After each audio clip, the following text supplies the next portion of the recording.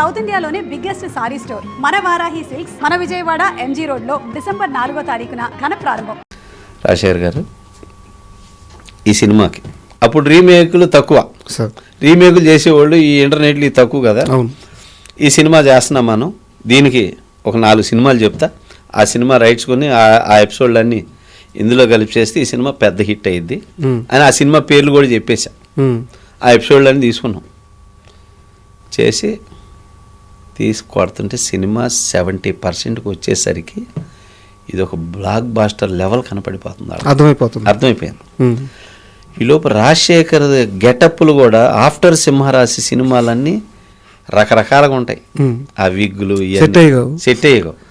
మళ్ళీ ఎవడైతే నాకేంటికి సెట్ చేసిన దగ్గర నుంచే పడింది వాళ్ళకి మనసులో, అమ్మ ఇది మళ్ళీ నా లుక్ వచ్చేసిందని. అట్లా అది ఏమి తీసుకొచ్చాను అది అన్నీ స్క్రీన్ మీద ప్రజెంట్ అవుతూ వచ్చేసరికి వాళ్ళలో ఈ సినిమా సక్సెస్. రేపు డైరెక్టర్ పట్టుకుపోతాడు, మనకేం ఉండదు, ఈ పేరు డైరెక్టర్కి వెళ్ళకూడదు, ఇది డిస్టర్బ్ చేయాలని వాళ్ళు మాట్లాడుకొని కుట్రలు చేసుకొని నన్ను డిస్టర్బ్ చేయాలని నన్ను డిస్టర్బ్ చేశారు. సెట్లో ఇల్ట్రీట్ చేసేవాళ్ళు, అదే ఇల్ట్రీట్. నేను షార్ట్ పెడితే బాగలేదనే వాళ్ళు లేడు ఇంతవరకు పెద్ద పెద్ద కెమెరామ్యాన్లతో సహా. రాజశేఖర్ గారు కూడా ఏం షార్ట్ పెట్టావు సముద్ర అనేవాడు రాజశేఖర్. ఈ రైటర్లో కూడా కొంతమంది దొంగ రైటర్లు ఉన్నారు, ఎక్కేసే రైటర్లు. సో ఇటు వీళ్ళందరూ చేరి ఏం చేశారంటే ఇక వాళ్ళని ఎక్కేసరికి వాళ్ళకి దుర్బుద్ధి స్టార్ట్ అయ్యి ఇక నన్ను సెట్లో ఇదేం షాటు ఇదేంటి ఇట్లా మాట్లాడటం మొదలుపెట్టారు. నాకు అర్థమైపోయింది, మ్యాటర్ అర్థమైపోతుంది. సో ఇక ఫైనల్గా వాళ్ళు పెట్టే వీటి మాటలు వీటికి అర్థమైపోయి మీకు దండం పెడతాను, సినిమా కావాలంటే మీరు చేసుకోండి, మీ డైరెక్షన్ చేసుకోండి, మీ పేరు వేసుకోండి, నాకు అవసరంలా, నాకు భగవంతుడు ఇచ్చాడు, నేను వెళ్ళిపోతున్నా, నేను రాను, నేను చెయ్యను అని చెప్పి ఫస్ట్ టైం నా జీవితంలో సెట్ నుంచి వెళ్ళిపోయిన సినిమా అదే. ఎవడైతే నాకేంటి అలా వెళ్ళిపోయినాక వీళ్ళు తర్జన పడ్డారు. పడి అట్ట చేసుకుందాం ఇట్ట చేద్దాం ఇది అని ఆలోచిస్తే ప్రసన్న కుమార్ గారు ఉన్నారు, ఆయన్ని పిలిస్తే ఆయన వీళ్ళని కాస్త బ్రెయిన్ వాష్ చేసి పిచ్చి మొహాలారా ఆ డైరెక్టర్ ఉండటం వల్లే మీకు క్రేజ్ ఆ సినిమా, సింహరాశి హిట్టు, మధ్యలో మీకు హిట్లు లేవు, ఆ డైరెక్టర్ని తీసేసి చేసుకుంటే మీకేం వచ్చింది, అతన్నే పెట్టుకొని చేసుకోండి అని ప్రసన్న గారు వాళ్ళని బ్రెయిన్ వాష్ చేసి నాకు టచ్లోకి వచ్చారు ప్రసన్న గారు. అప్పుడే ప్రసన్న గారికి మా ఇద్దరు పరిచయం, అంతవరకు పరిచయం లేదు. ఇక అట్లా కలిసి ఇక మళ్ళీ పిలిచి వీళ్ళు అట్టగా సముద్ర ఇది జరిగిపోయింది అది ఇది అని చెప్పి మాట్లాడి మళ్ళీ వాళ్ళే పిలిచి ఇది చేస్తే ఇక అప్పుడు చేశాను. టైటిల్ కార్డు ఎలా పడుతుంది చేశాక అలా చేశాక లాస్ట్లో మళ్ళీ వాళ్ళ దుర్బుద్ధి చూపించారు. నేను లేకుండా నా పేరు కింద వాళ్ళ పేరు వేసి డైరెక్టర్ లాస్ట్ మినిట్లో నా పేరు కింద, నా పేరు పైన వేయలేదులే, నా పేరు కింద వేసారు. ఇక అట్లన్నా తృప్తి పడి సావనీలే అని చెప్పి వదిలేసి. రెమ్యునరేషన్ పూర్తిగా ఇచ్చారా సగం ఇచ్చారా? సగమే. అది కూడా అడగలేదు? అది కూడా అడగలే.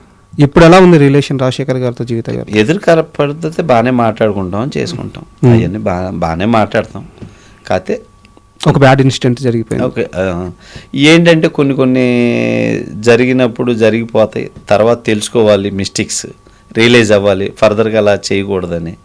అప్పుడు పదే జరిగిందంటే ఈజ్ నాట్ రైట్. సో అది సింహరాశి అంత పెద్ద హిట్ అయిన తర్వాత మీరు శ్రీకాంత్ గారితో డార్లింగ్ అని ఒక సినిమా తీశారు.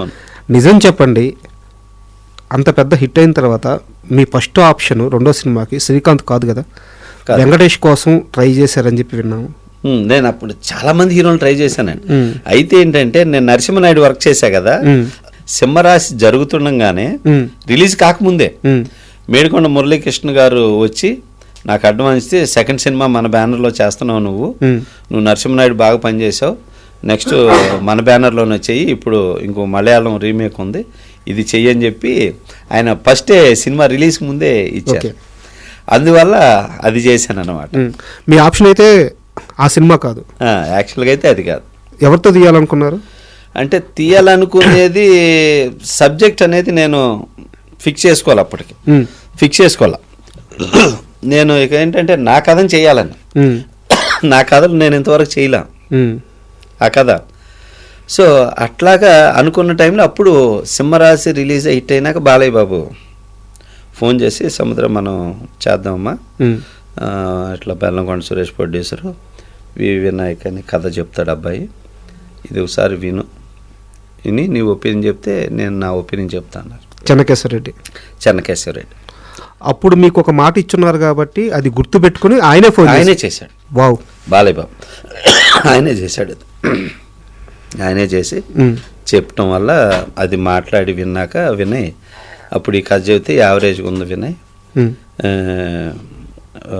అనగానే అయితే ఈ కథ చెబుతా వినబోయ్ అని చెప్పేసి ఆది చెప్పాడు, ఇది అదిరిపోయింది వినయ్ కదా, ఇది గ్యారంటీ అని చెప్పాను వినయ్కి.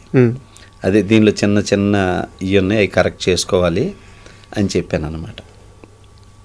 అట్లా ఇక తర్వాత వాళ్ళ డిస్కషన్లు అవి జరిగి ఇక డైరెక్టర్ని మాట వింటలేదు అనే డిస్కషన్ జరిగి ఇక ఎందుకు క్లాసులు వద్దు తర్వాత చేసుకుందామని వదిలేసేసుకున్నాం. సార్ ఆది సినిమా కథ మీరు ముందే విన్నారు, జూనియర్ ఎన్టీఆర్ అనే ఒక కొత్త కుర్రాడితో అంత పెద్ద హెవీ సబ్జెక్టు సినిమా తీస్తున్నారని మీకు తెలిసింది. అవును. సినిమా రిలీజ్ అయిన తర్వాత ఈ కుర్రాడు ఈ కథకి న్యాయం చేశాడు అని అనిపించిందా, మీకు ఎలా అనిపించింది?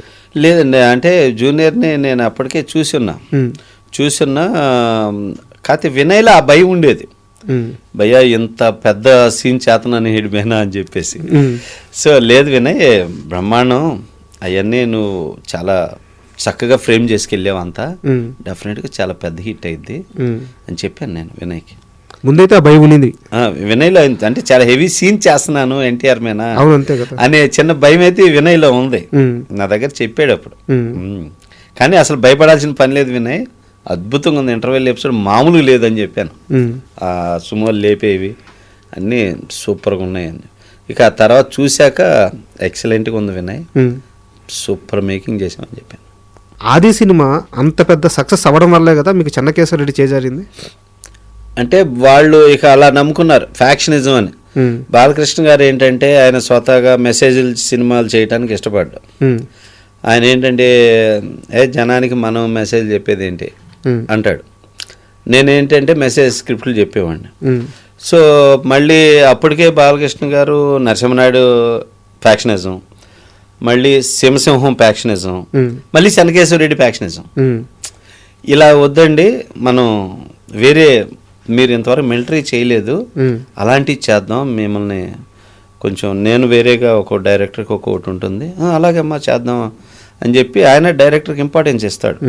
కథ విని ఫైనల్ చేసే వరకు బాగా నానుస్తాడు. విని ఓకే చేశాక ఇక మళ్ళీ ఆయన డైరెక్టర్ మీద నమ్మి వదిలేస్తాడు బాలయ్య గారు. అట్లాగా కథ సరే నీ అభిప్రాయం ఓకే అని అప్పుడు నాకు కె విశ్వనాథ్ గారు చేత చెప్పించారు ఒక కథ, నాకు నచ్చలా. అంటే రామారావు గారు మాధవ్యం లాంటి కథ చెప్పించారు. అంటే విలన్ చంపినా కానీ వాళ్ళు చేంజ్ చేస్తాడు హీరో, బాలయ్యని అలా చేతి ఒప్పుకోరు అని చెప్పేసి వద్దు బాబు అన్న. అట్లాగా పి వాసు గారు చేత చెప్పించారు, జనార్దన్ మహర్షి చేత చెప్పించారు, ఇట్లా చెప్పించారు. ఏ ఓకే చేయలే.